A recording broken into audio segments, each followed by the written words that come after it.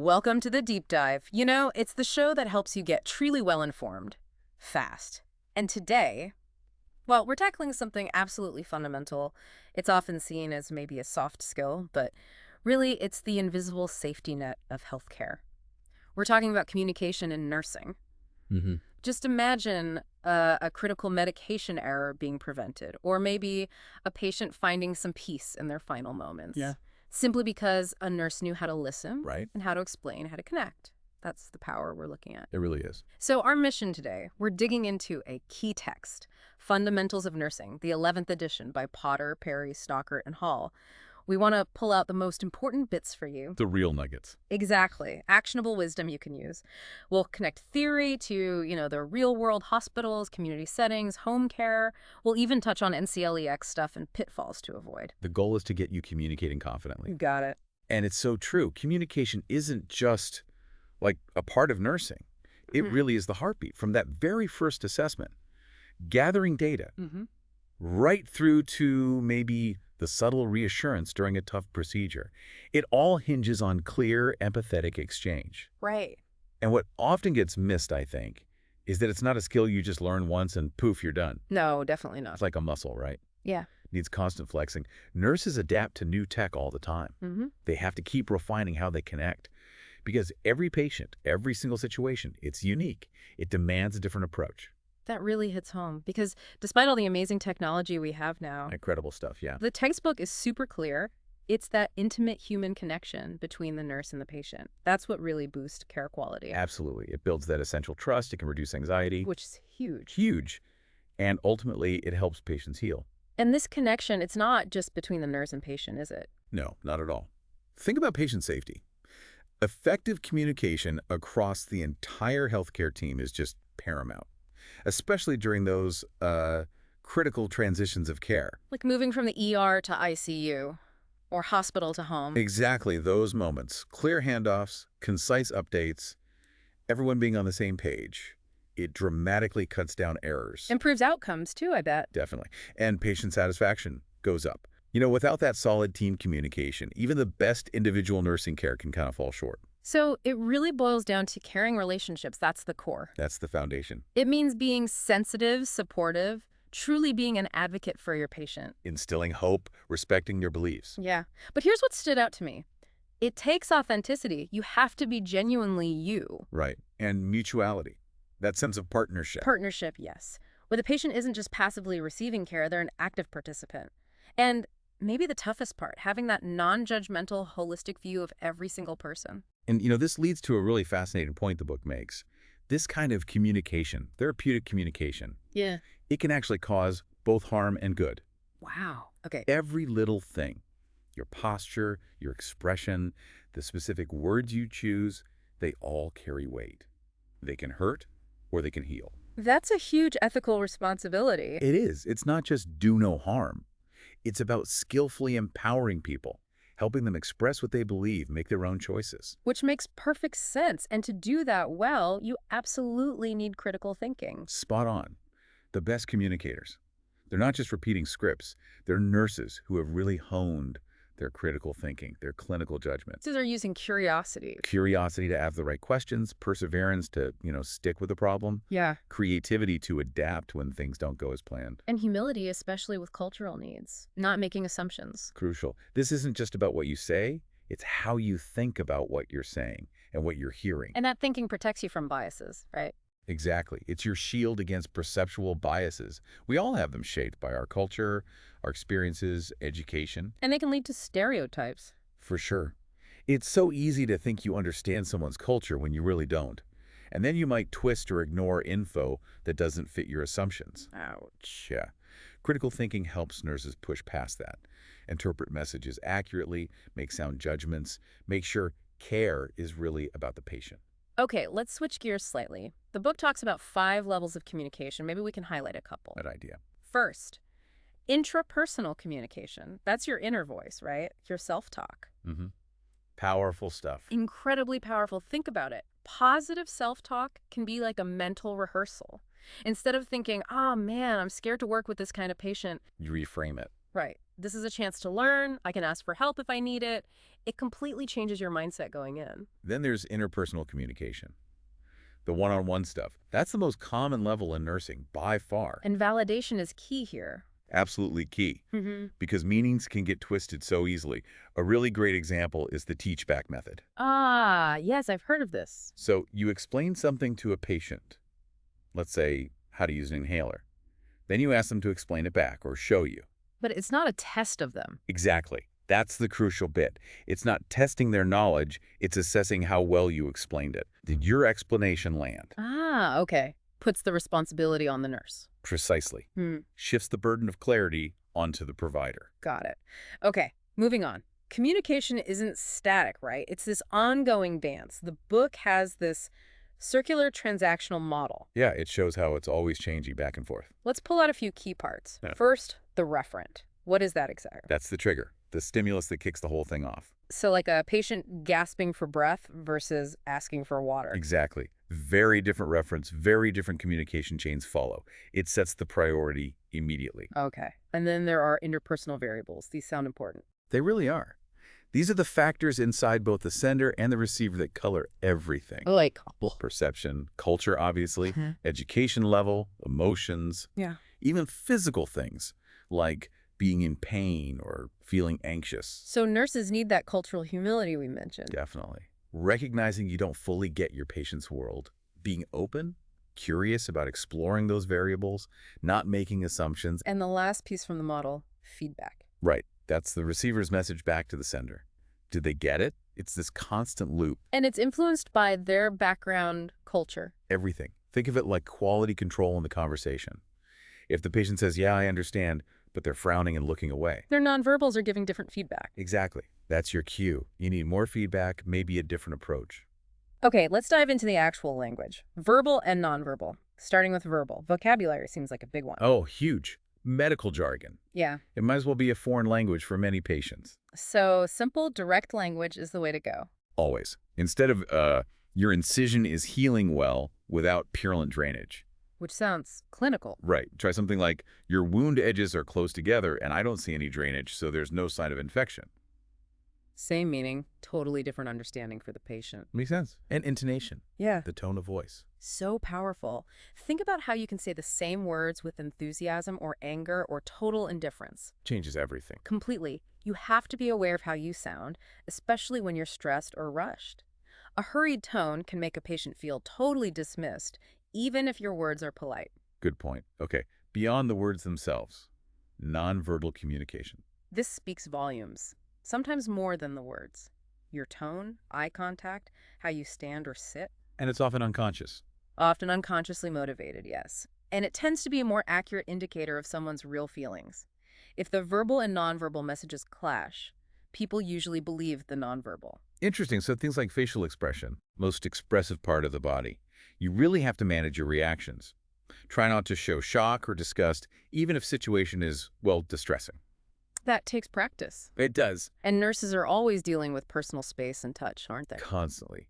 Think about intimate care bathing, wound dressing. You're right in their personal space. Or giving an injection. The book actually describes zones of personal space, right? From intimate all the way out to public. Yes, and special zones of touch, too. Yeah. Like there's social touch, a handshake, then consent zones, then vulnerable zones like the face, neck, front of the body, and intimate zones like genitalia. And nurses navigate these all the time. All the time. It takes confidence, gentleness, and huge respect for privacy. And often, just asking permission before touching is so important. Okay, so all this verbal, nonverbal, the context rolls up into something called metacommunication. Exactly. It's basically all the factors that influence how communication is understood, the whole picture. Can you give an example? Sure. Imagine a patient, really tense, rigid posture, sharp voice, saying, oh, going to surgery is no big deal. The words say one thing, the body says another. Right. A nurse who gets metacommunication wouldn't just accept the words. They might gently say something like, you say it's no big deal, but you seem quite tense. Tell me more about what you're feeling. Opens the door. Opens the door to the real feelings underneath. So how do we build these professional therapeutic relationships? The book lays out phases. Yeah, 4 goal-directed phases for what they call the helping relationship. First is the pre-interaction phase. Before you even meet them. Right. Reviewing the chart, anticipating needs, even planning the setting, like making sure you have privacy. Then orientation phase. That's when you first meet. You set the tone, start building trust, clarify roles, who you are, what you'll be doing, establish expectations, start figuring out their needs. Okay, then the working phase. Yeah. Sounds like where the action is. That's the core collaboration, yeah. Solving problems, working towards outcomes, encouraging the patient to express feelings, providing info, setting goals together, Yeah. using all those therapeutic skills. And finally, termination phase. The end. The ending, yeah. You remind them it's coming, you evaluate how things went, maybe reminisce a bit, and ensure a smooth handoff if someone else is taking over care. It sounds quite structured. It is, but it helps make sure the relationship is purposeful and effective, not just aimless chatting. And these ideas, they apply to the whole team too, not just patients. Absolutely. Nurse-healthcare team relationships are vital. Think about those shift handoff reports again. Yeah, we mentioned those. High risk for miscommunication. Definitely. The book actually highlights an acronym, SACCIA, for Effective Team Communication. SACCIA. What's that stand for? Sufficiency, accuracy, clarity, contextualization, and interpersonal adaptation. Okay, break that down. Give me an example. All right, imagine a charge nurse briefing a brand new graduate nurse about a stroke patient. They need to provide sufficient detail, but not overwhelm. Ensure the accuracy of the info, like the patient's progress, maybe specifics about their aphasia. Maintain clarity, be concise. Got it. And the last two. Contextualization. Adaptation. Contextualization means framing the info appropriately.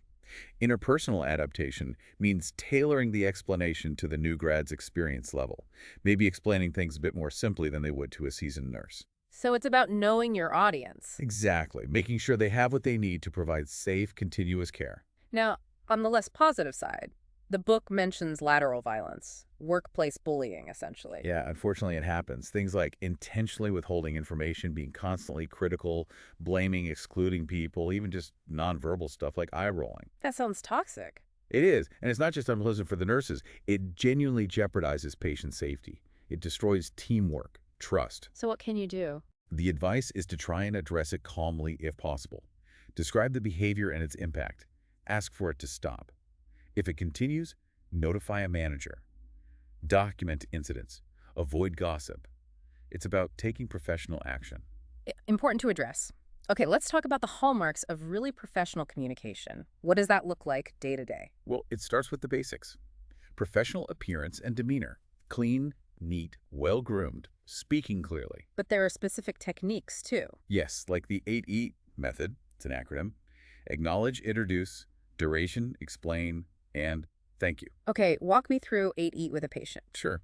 You acknowledge the patient, make eye contact, smile. You introduce yourself and your role. Hi, I'm Sarah. I'll be your nurse today. Right. You state the duration of whatever you're about to do. This dressing change will take about 15 minutes. Okay. Then you explain what you're doing and what they might feel. I'm going to clean the wound now. I might feel a little cold. And finally, you thank them.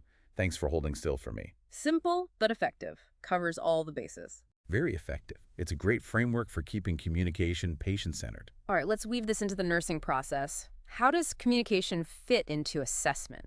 It's deeply integrated.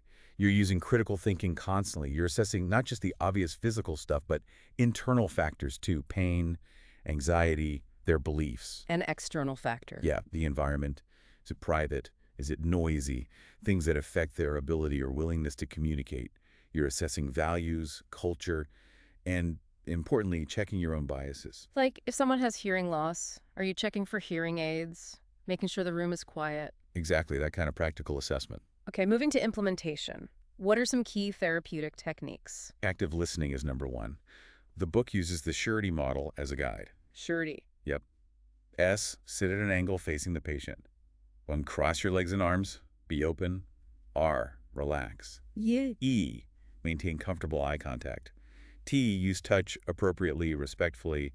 And Y, trust your intuition. That's a great checklist for body language. What else? Sharing empathy. Really trying to understand their world, perceive their feelings accurately. Not sympathy, but empathy. Big difference. Huge.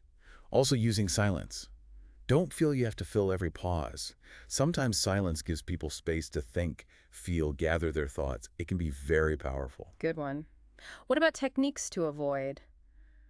The non-therapeutic ones. Oh, there are several pitfalls, like giving personal opinions, saying, if I were you, takes away their autonomy. So instead, Offer options, explore their feelings. Let's talk about the choices available for your mother's care. Keep it focused on them. what about false reassurance? Like, don't worry, it'll be fine. Yeah, that shuts down communication. They might feel you're dismissing their real fears. So better to acknowledge the uncertainty. Exactly. It must be tough not knowing what the surgeon might find. What are your biggest worries right now? Open the door, don't close it. And asking why questions. Doesn't sound accusatory. Why are you so anxious? Better to say, you seem upset. What's on your mind? It's less judgmental, more inviting. These seem like subtle shifts, but they make a big difference. They really do. It's about fostering trust, not defensiveness. Okay, last step. Evaluation. How do you know if your communication was effective?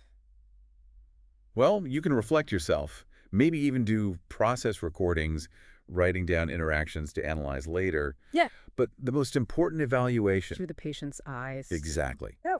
Did they feel heard? Did they find the information clear? Were their needs met in a timely way? And if outcomes aren't met, You figure out why. Was it the approach, the timing, the tool? Maybe that nonverbal patient got frustrated with pen and paper. so you try a picture board instead. Right. You modify the plan. It's all about continuous improvement, keeping the patient truly at the center.